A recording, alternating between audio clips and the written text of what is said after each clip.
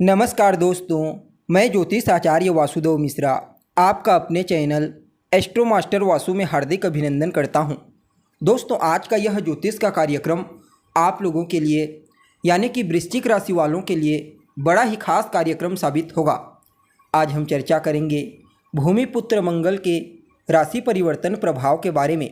जी हाँ, भूमिपुत्र मंगल बीते 12 जुलाई 2024 की रात्रि 7:11 पर अपनी वर्तमान राशि स्वयं की मूल त्रिकोण राशि अग्नि तत्वीय राशि मेष राशि को छोड़कर दैत्य गुरु शुक्र की साधारण राशि भूमि तत्वीय राशि वृषभ राशि में प्रवेश कर चुके ने, जहां कि वो 26 अगस्त 2024 की प्रातःकाल तक रहेंगे और इसके पश्चात अपने शत्रु राशि मिथुन राशि में प्रवेश कर जाएंगे।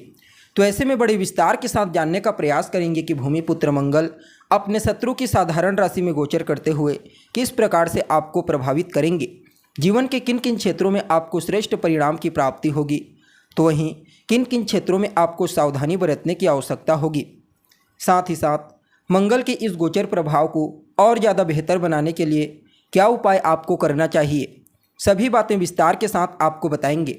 इसलिए कार्यक्रम को अंत तक देखने का प्रयास कीजिए।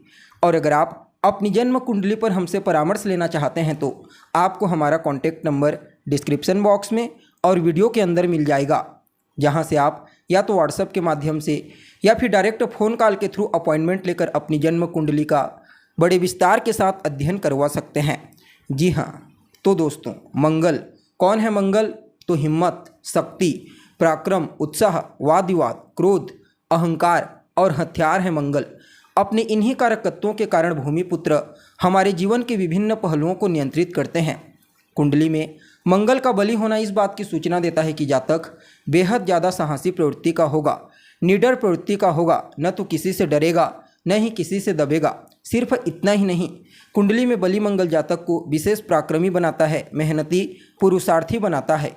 अब देखा जाए तो मंगल का गोचर एक राशि में मूल रूप से 45 दिनों तक के लिए होता है, लेकिन जब वक्री होते हैं फिर मार्गी होते हैं तो थोड़ा बहुत अंतर आ जाता है, लेकिन मूल रूप से 45 दिनों तक ही एक राशि में संचरण करते हुए आपको प्रभावित करेंगे। मंगल की चर्चा जब होती है तो सदैव इसकी चर्चा बृहद रूप से की जाती है। क्यों? क्योंकि कर्म प्रधान विश्व रचि राखा। तो जो लोग पुरुषार्थी हैं, मेहनती हैं, उनके लिए मंगल के गोचर को समझना बेहद महत्वपूर्ण बन जाता है। और इस बार का गोचर तो अपने आप में ही खास और अद्भुत होने वाला है, क्योंकि मंगल इस बार देवगुरु बृहस्पति के साथ युति बना रहे हैं। बृहस्पति कौन है? बृहस्पति तो परिमार्जित ज्ञान। जब बल को ज्ञान मिल जाए तो कहना ही क्या, क्योंकि जहाँ पर बल होता है वहाँ ज्ञान की कमी हो जाती है और जहाँ ज्ञान होता है वहाँ बल की कमी हो जाती है। अब अगर दोनों एक हो जाएंगे तो क्या होगा? तो फिर वह कल्प वृक्ष बन जाएगा, यानी कि जो मांगोगे वह मिलेगा। ऊपर से राहु के साथ तीसरे 11वें का अर्थात लाभ का संबंध और शनि के साथ केंद्र का संबंध बन रहा है, तो कहना ही क्या। यूँ समझ लीजिए मंगल का यह 45 दिनों का गोचर आपकी जीवन काल में किसी वरदान से कम साबित नहीं होगा। हालांकि मंगल एक अग्नि तत्व के ग्रह हैं जो स्वभाव से धैर्यहीन है, इसलिए इन्हें चर राशियों में विशेष बल की प्राप्ति होती है। और यह जो राशि है ना दोस्तों, वृषभ राशि जिसमें गोचर कर रहे हैं, यह एक स्थिर राशि है। परिणाम स्वरूप यहाँ पर मंगल को राशि का बल प्राप्त नहीं होगा, लेकिन फिर भी गुरु के साथ भर मात्र हो जाने से यह गोचर अपने आप में ही श्रेष्ठ और अद्भुत बन जा रहा है। जी हाँ, अब देखा जाए तो आप सभी वृश्चिक राशि के जातकों के लिए मंगल का यह गोचर आपकी राशि से सप्तम भाव में हुआ है। परिणाम स्वरूप आपके लिए यह गोचर कई मामलों में बहुत ही श्रेष्ठ परिणाम प्रदायक साबित होगा।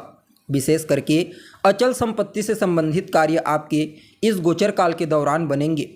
प्रारंभ में ही मैं आपको बता दूं, यह राशिफल मैं आपको आपकी चंद्र राशि के आधार पर बता रहा हूं। अब यहाँ पर मंगल देवगुरु बृहस्पति के साथ युति बना करके सप्तम भाव से गोचर कर रहे हैं। हालांकि अभी आपको शनि की ढैया भी चल रही है, जिसके चलते मानसिक अशांति बनी हुई है, जिसका खंडन मैं यहाँ पर नहीं करूँगा। परंतु हाँ, यह गोचर कुछ मामलों में अत्यंत ही श्रेष्ठ परिणाम आपको प्रदान करेगा। तो वह कौन कौन से मामले हैं? तो सबसे पहले तो अचल संपत्ति से संबंधित कार्य आपके बनेंगे। जमीन जायदाद प्रॉपर्टी से संबंधित कार्यों में आपको लाभ मिलता हुआ नजर आ रहा है। और दूसरा, आप इस गोचर काल के दौरान सक्रिय हो जाएंगे। जी हाँ, देखिए, जब शनि की दृष्टि लग्न पर पड़ती है, व्यक्तित्व पर पड़ती है, तो यह जातक को निष्क्रिय कर देते हैं, अर्थात आलस्य घेर लेता है। तो इन चीज़ों से आपको छुटकारा मिलेगा, यानी कि आपको विशेष सक्रिय कर देंगे, फटाफट भगाने के लिए, कुछ करने के लिए, अनवरत प्रयत्न करने के लिए तैयार करने का कार्य करेंगे, जो कि आपके लिए अच्छा है। बाकी अगर देखा जाए तो दाम्पत्य जीवन में भी कुछ अच्छे अनुभव, सकारात्मक अनुभव आपको प्राप्त होंगे। हालांकि आपको कलह क्लेश की स्थिति उत्पन्न करने से बचना चाहिए। बाकी अगर आप एक व्यापारी हैं, चाहे फिर स्वतंत्र रूप से व्यापार करते हैं या फिर पार्टनरशिप में, दोनों ही दृष्टिकोण से गोचर बढ़िया है। या फिर आप अपने जीवन साथी के साथ मिलकर कोई नया कारोबार शुरू करना चाहते हैं तो भी आपके लिए गोचर अनुकूल साबित होगा। हालांकि इस गोचर काल के दौरान जितना ज़्यादा हो सके लड़ाई झगड़ा, वाद विवाद से दूर रहने का प्रयास करना चाहिए। क्योंकि आपके व्यक्तित्व पर शनि, मंगल, राहु की जो दृष्टि पड़ रही है, जिसके चलते विवाद से न चाहते हुए आपका रिश्ता जुड़ जाएगा।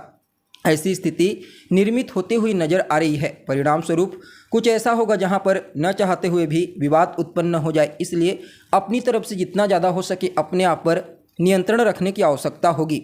जी हाँ, जितना ज़्यादा हो सके इस समय को शांति से व्यतीत करने का प्रयास कीजिए। बेवजह की गलतफहमियों से दूर रहिए, क्योंकि ढैया भी आपको चल रही है तो परेशानी आपको होगी, दूसरे को नहीं। यानी कि अगर कुल मिलाकर के देखा जाए तो चाहे फिर आप नौकरी पेशा हों या फिर व्यापारी वर्ग, दोनों के लिए समय अच्छा रहने वाला है प्रॉफिट के दृष्टिकोण से। बट थोड़ा सा सचेत होकर के आगे बढ़िए। चाहे आप कारोबार कर रहे हैं या फिर नौकरी कर रहे हैं, व्यर्थ की चिंता टेंशन से आपको बचना चाहिए। परेशानियों से बचने की आवश्यकता होगी। बाकी इस गोचर काल के दौरान यात्रा आप कर सकते हैं। यात्रा आपके लिए लाभप्रद सिद्ध होगी। जैसा कि आप सभी जानते हैं, मंगल के पास 3 विशेष दृष्टियां होती है। सबसे पहले तो चौथी दृष्टि से आपके दशम भाव को देखेंगे। गुरु के साथ युत हैं तो कार्य क्षेत्र के दृष्टिकोण से इस गोचर को अत्यंत ही श्रेष्ठ कहा जा सकता है। दशम भाव में मंगल दिग्बली होते हैं तो दृष्टिकोण वहाँ पर उनका अत्यंत ही श्रेष्ठ होगा। चाहे नौकरी पेशा हो या फिर व्यापारी वर्ग, दोनों के लिए मैं श्रेष्ठ कहूँगा। जो जातक सरकारी नौकरी की तलाश कर रहे हैं उनके लिए भी बढ़िया, या फिर प्राइवेट सेक्टर में किसी मल्टीनेशनल कंपनी में आप काम करना चाहते हैं, विदेश इत्यादि जाने के लिए प्रयत्नशील हैं, तो आपको मौका मिलेगा। अब मंगल की 7वीं दृष्टि आपके व्यक्तित्व पर होगी, जहां पर देवगुरु बृहस्पति की भी दृष्टि पड़ रही है, लेकिन राहु और शनि की भी दृष्टि पड़ रही है। परिणाम स्वरूप निर्णय लेने में समस्या खड़ी होगी। जल्दबाजी करने से आपको बचना चाहिए, अन्यथा नुकसान आपको ही होगा। हालांकि देवगुरु बृहस्पति की दृष्टि काफ़ी हद तक चीज़ों को संभालने का कार्य करेगी, लेकिन फिर भी कोई भी फैसला करने से पहले आपको हर पहलू का अच्छे से निरीक्षण अवश्य कर लेना चाहिए। जल्दबाजी में किया गया कार्य सिर्फ नुकसानदायक साबित होगा, यह बात याद रखिए। बाकी मंगल की 8वीं दृष्टि आपके धन भाव पर होगी तो धन से संबंधित कोई भी प्रॉब्लम नहीं होगी। धन के साथ साथ दूसरा स्थान आपकी वाणी का होता है तो आपकी वाणी को भी प्रभावशाली बनाएंगे, लेकिन हाँ, कड़वाहट भी उत्पन्न करेंगे। और रिश्तों में अनुकूलता के लिए वाणी और व्यक्तित्व पर प्रेम की आवश्यकता होती है, इसलिए इन दोनों चीज़ों पर भी आपको ध्यान देने की आवश्यकता होगी। बाकी धन के दृष्टिकोण से कोई चिंता करने की आवश्यकता नहीं है। धन का आगमन भी मजबूती से होगा और धन का संचयन भी मजबूती से होगा। पैतृक संपत्ति का लाभ आपको मिलता हुआ नजर आ रहा है। यानी कि कुल मिलाकर के देखा जाए तो सेनापति मंगल का यह गोचर आपके जीवन काल में आपको ऊंचाई प्रदायक साबित होगा, सफलता, धन प्रदायक साबित होगा। बस रिश्तों में थोड़ा प्रेम बना करके रखने का प्रयास कीजिए, वाद विवाद से दूर रहने का प्रयास कीजिए। बाकी इस समय को और बेहतर बनाने के लिए हनुमान जी की शरण में बने रहना अत्यंत ही श्रेष्ठ साबित होगा। हनुमान जी के मंदिर में जाइए, उनका दर्शन कीजिए, उनकी परिक्रमा कीजिए, उनकी आराधना कीजिए। वहीं पर बैठ करके या तो आप हनुमान चालीसा का पाठ कर सकते हैं या फिर सुंदर कांड का पाठ कर सकते हैं। दोनों ही आपके लिए फ़ायदेमंद साबित होगा। जी हाँ, तो दोस्तों कैसी लगी आपको जानकारी? उम्मीद करते हैं जानकारी आपको पसंद आई होगी। जानकारी अच्छी लगे तो इसे अपने दोस्तों के साथ, अपने रिश्तेदारों के साथ शेयर जरूर करें। अभी के लिए बस इतना ही। पुनः मुलाकात होगी एक नए और ताज़ा एपिसोड में। तब तक के लिए नमस्कार।